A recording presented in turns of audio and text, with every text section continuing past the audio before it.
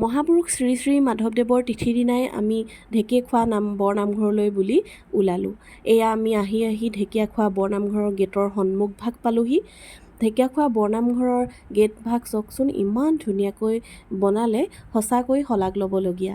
এয়া আমি গেটৰ তলেৰে সোমাই আহিলোঁ। আমি ঘৰৰ পৰা ওলাই আহোঁতেই প্ৰায় 8 মান বাজিল। এতিয়া প্ৰায় 9টা মানেই বাজিলে। এতিয়া আমি আহি পাইছোঁহি।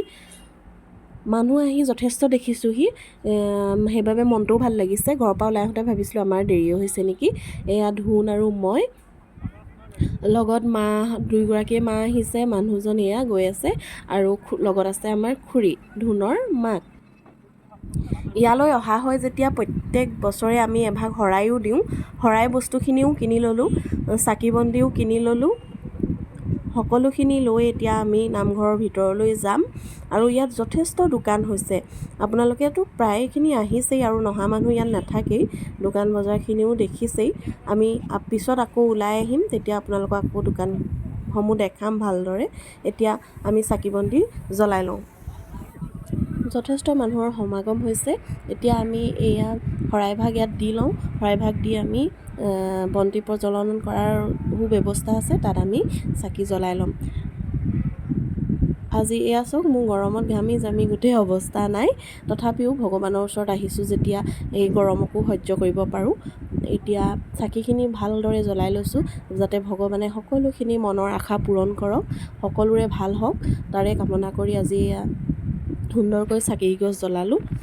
আৰু চাকিগছ একেবাৰতে নজ্বলিলে মনটোৱে ভাল নালাগে, নহয় জানো? আপোনালোকৰ কাৰ কাৰ তেনেকুৱা হয় ক'বচোন। মোৰ কিন্তু তেনেকুৱা হয় দেই। চাকিগছ যদি একেবাৰতে নজ্বলে মোৰ মনটোৱে শান্তি নালাগে। এয়া খুৰী আৰু ধুনেও চাকি জ্বলালে, মায়েও জ্বলাই গ'ল। আৰু যথেষ্ট তলখন যেন গোটেই মিঠাতেল পৰি অৱস্থা নাইকিয়া হৈ আছে, যিহেতু আজি দিনৰ পৰা তিথি মানুহবোৰ যথেষ্ট হৈছে পাইছে। এয়া ভক্তসকলে সুন্দৰকৈ নাম লৈ আছে।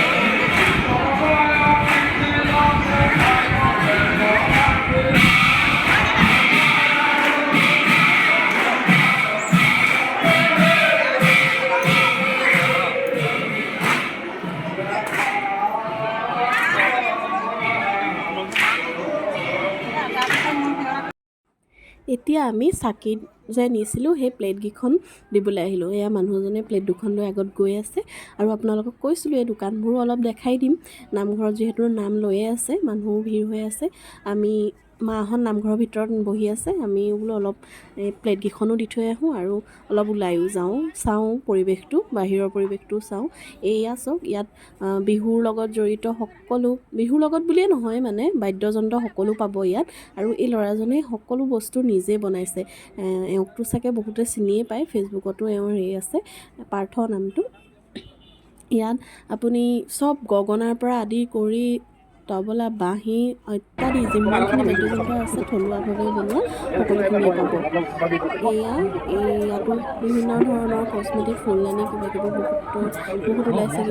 আপোনালোকে সকলোৱে জানে, ভাদ মাহত আঠখেলীয়া বৰনামঘৰ হওক, ঢেকীয়াখোৱা বৰনামঘৰ হওক বা মইনাপুৰীয়াই হওক, কোনো মানুহ নোযোৱাকৈ নাথাকেই। সেইবাবে সকলোখিনি আপোনালোকে নিজে দেখিছেই। তথাপিও মোৰ ভিডিঅ' আকাৰে আপোনালোকক অকণমান দেখাবলৈ চেষ্টা কৰিছোঁ। এই ভাগটো জুৰীয়া হাতী আছে প্ৰথমতেই মেইন গেট ভাগত। এয়া মহাপুৰুষ শ্ৰী শ্ৰী মাধৱদেৱে ঢেকীয়াখোৱা বৰনামঘৰ 1950 শকতেই স্থাপিত কৰিছিলে।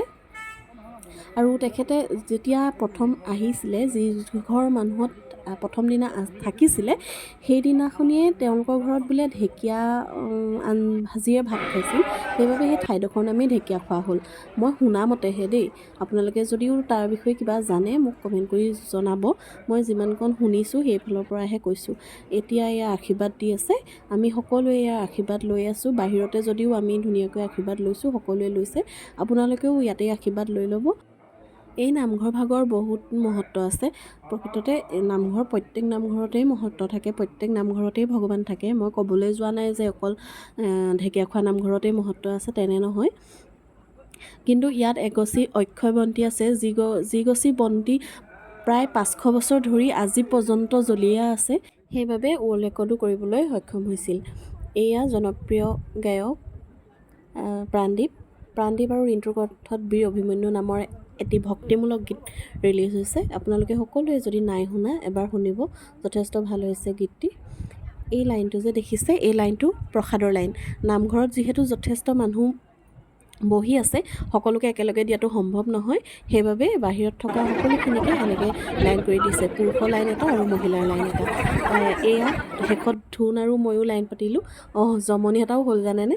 প্ৰথমতে এই লাইনটো এইফালেদি আমি গ'লোঁ, তেতিয়া এটাও মানুহ নাই, মাত্ৰ 2টা মানুহ আছিল, তাকো পুৰুষৰ লাইনত, মহিলা চাইডে এটাও নাই।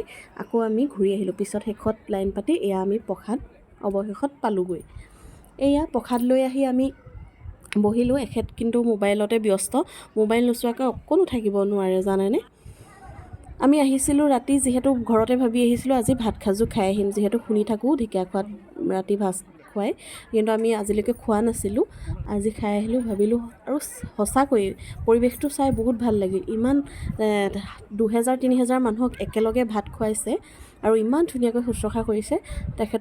সকলোলৈকে ধন্যবাদ থাকিল, যিমানখিনিয়ে আমাক শুশ্ৰূষা কৰিলে ইমান ধুনীয়াকৈ, সঁচাকৈ শলাগ ল'বলগীয়া। আপোনালোকে এনেকৈ আহিলে খাই চাবচোন।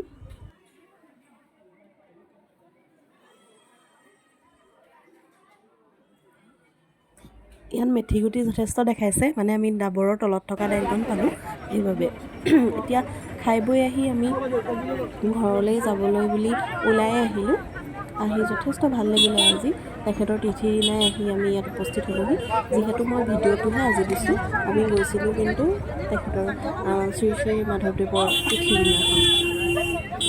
আৰু আপোনালোকে যদি এতিয়াও অহা নাই, আহিবলৈ বাৰু দিন আছে, ভাদ মাহ গৈ শেষ হোৱা নাই নহয়।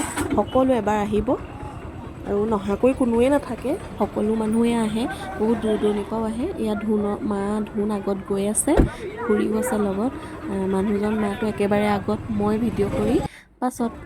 আৰু মোৰ যদি ভিডিঅ'টো চাই ভাল লাগিলে তেন্তে আপোনালোকে সকলোৱে মৰম দিব দেই, আশীৰ্বাদ কৰিব, মই যাতে আগবাঢ়ি যাওঁ। আজিলৈ আহোঁ, বা